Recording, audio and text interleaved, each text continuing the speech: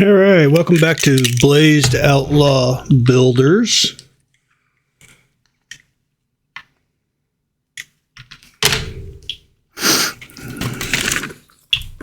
I had a couple of questions that popped up from folks on Twitter. One of which being, what should I build first? And it really depends mostly on your play style and what you're trying to accomplish with your, starting out in 7 Days to Die. So, I mean, I have friends that play very stealthy, and so they spend all their time sneaking around. Even at the beginning, they go out at night, sneak around. So they don't really need to worry about, home base. I even have a buddy that has been known to just leave chests everywhere and doesn't actually have a base or a horde base permanently. Now, we at Blazed Outlaw Gaming, we try to protect ourselves in the beginning as best we can because, well, we're just not very good. So our method, and we do it just about every playthrough, is we will build, do the first initial quest, and then we'll go to the trader, and then we will build like a little box outside the trader, just big enough to put some chests inside and hide at night because we're all chickens. Then we will build a horde base. Now, the first horde base that you build doesn't have to be big. Usually I just build, a raised platform with a staircase up to it and maybe a couple of obstacles for the zombies to get over and just, a basic melee base. Lately, I've been using the floating base techniques that Job Woodle has been pioneering,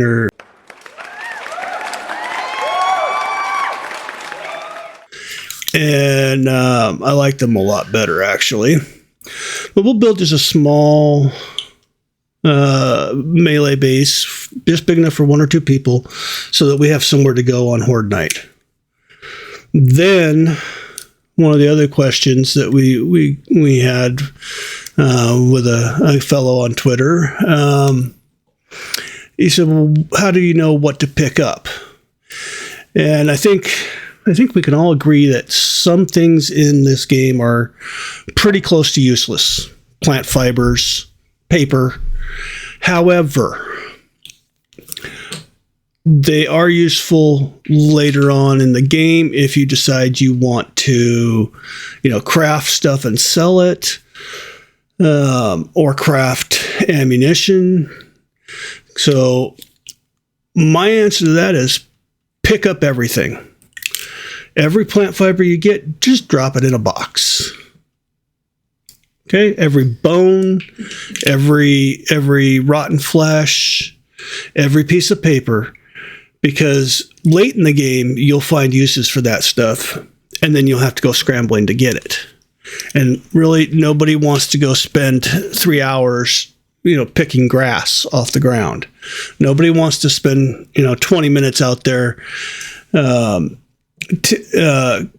the chrysanthemums or the goldenrod flowers. It's boring. So if you just go ahead and, instead of throwing that stuff on the ground, just chuck it all in a box in your base, and then later on in the game, when the time comes around and you can use that stuff, you have a whole bunch to start with. Now, paper you can use for making shotgun shells. The plant fiber, of course, you can use for making cloth, and then the cloth you can use for making clothing items that can be sold at the trader or put into a vending machine for other new players. And that brings me up to gardening. How important is gardening? Well, honestly, it's not. Because you can feasibly get enough food and drinks out in the world scavenging to survive on, you don't need to have a garden. However, gardening will make your life a lot easier.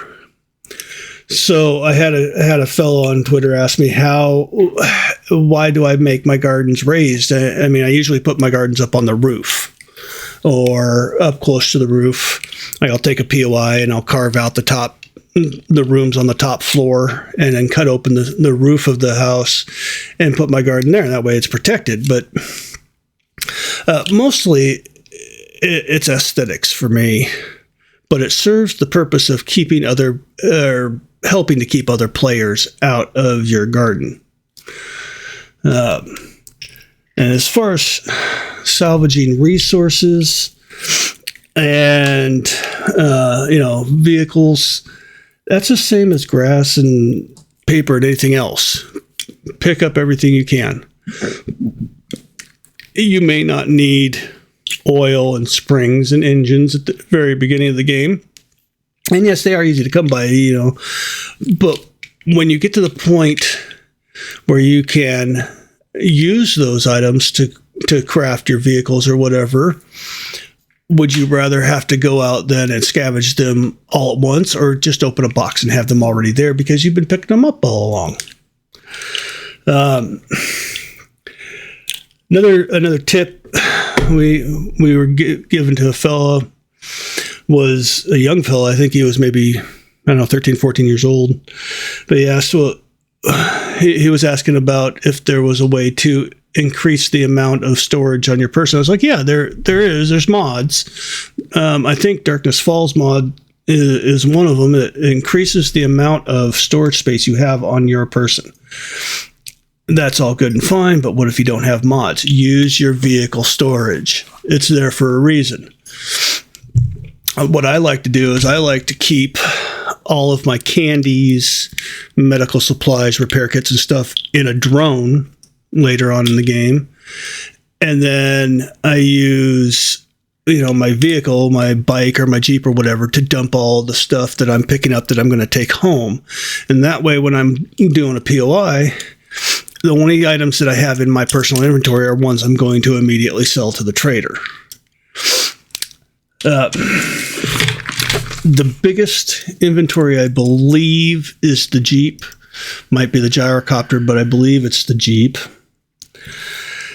And the last question I got that I thought was actually a good question was, should I build from scratch or renovate a POI?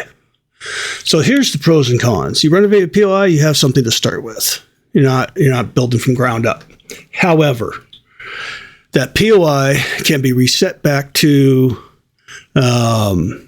its original form should somebody get a quest in it. So if you're in a house or a church or whatever, and somebody gets a quest, they run up to it and say you've built it like I normally do, where it's very hard to tell from the outside of the building that it's been claimed, and they hit that exclamation point, your entire base is gone. It's going to reset the whole thing back to the way it was. The other problem with the POIs is that they're not entirely guaranteed to be what they appear to be. So that wall may look like concrete. Does not necessarily mean it is concrete. It could still be wood that was just painted to look like concrete, or cobble, or brick, or whatever.